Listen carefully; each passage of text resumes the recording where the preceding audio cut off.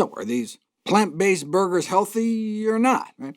And the answer is, compared to what? I mean, eating is kind of a zero-sum game, right? Every food has an opportunity cost. I mean, every time we put something in our mouth, right, it's a lost opportunity to put something even healthier in our mouth. So if you want to know if something is healthy, you have to compare it to what you'd be eating instead. So, for example, are eggs healthy, right? Compared to breakfast link sausage? Yes. But compared to oatmeal? Not even close, right? But look, sausage is considered a Group 1 carcinogen. In other words, we know consumption of processed meat causes cancer. Each 50-gram serving a day, that's like a single breakfast link, was linked to an 18% higher risk of colorectal cancer. So the risk of getting colorectal cancer eating one link a day is about the same as the increased risk of lung cancer you'd get breathing secondhand smoke all day living with a smoking spouse. So, compared to sausage, eggs are healthy, but compared to oatmeal, eggs are not. So when it comes to Beyond Meat and Impossible Burger, yeah, they may be better in that they have less saturated fat, but hey, you want less saturated fat, and plant-based meat alternatives are no match for unprocessed plant foods such as beans or lentils. A bean burrito, lentil soup could certainly fill the same culinary niche as a lunchtime burger, but if you are going to have some kind of burger, it's easy to argue that the plant-based versions are healthier, right? There is a sodium issue, and it's not that much, if any, lower in saturated fat, since they use coconut oil, which is basically just as bad as animal fat. There's not much advantage on that front. Though the total protein is similar across the board, does this matter? Right? Is there any advantage to eating plant protein over animal protein? Let's look at the association between animal and plant protein intake and mortality.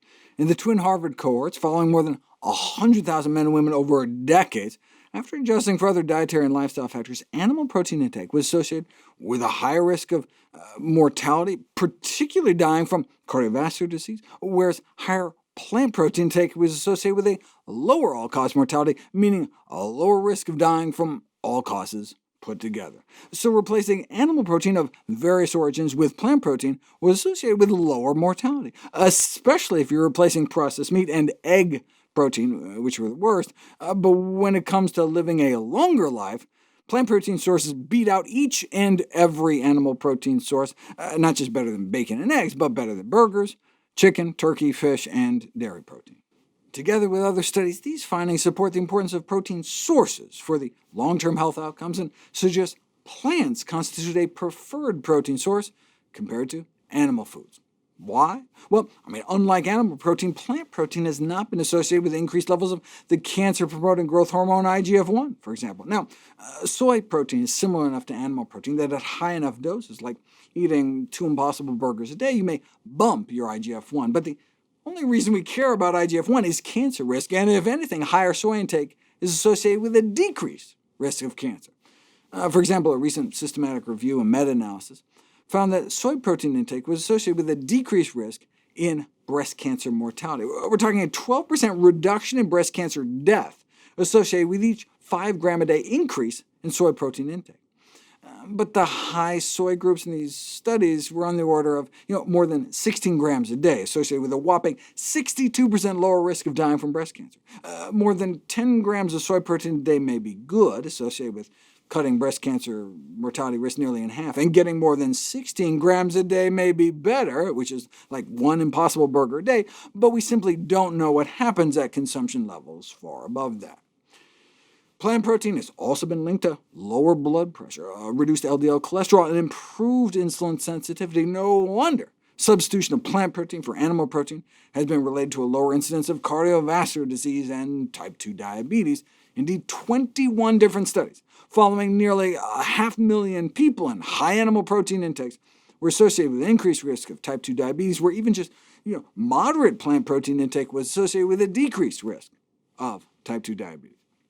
Okay, but these were just observational studies. They all tried to control for other dietary and lifestyle factors, but you can't prove cause and effect until you put it to the test. The effect of replacing animal protein with plant protein on blood sugar control in diabetes, a systematic review and meta-analysis of randomized controlled trials, even just switching out about third of your protein from animal to plant sources yielded significant improvements in long-term blood sugar control and fasting blood sugars and insulin.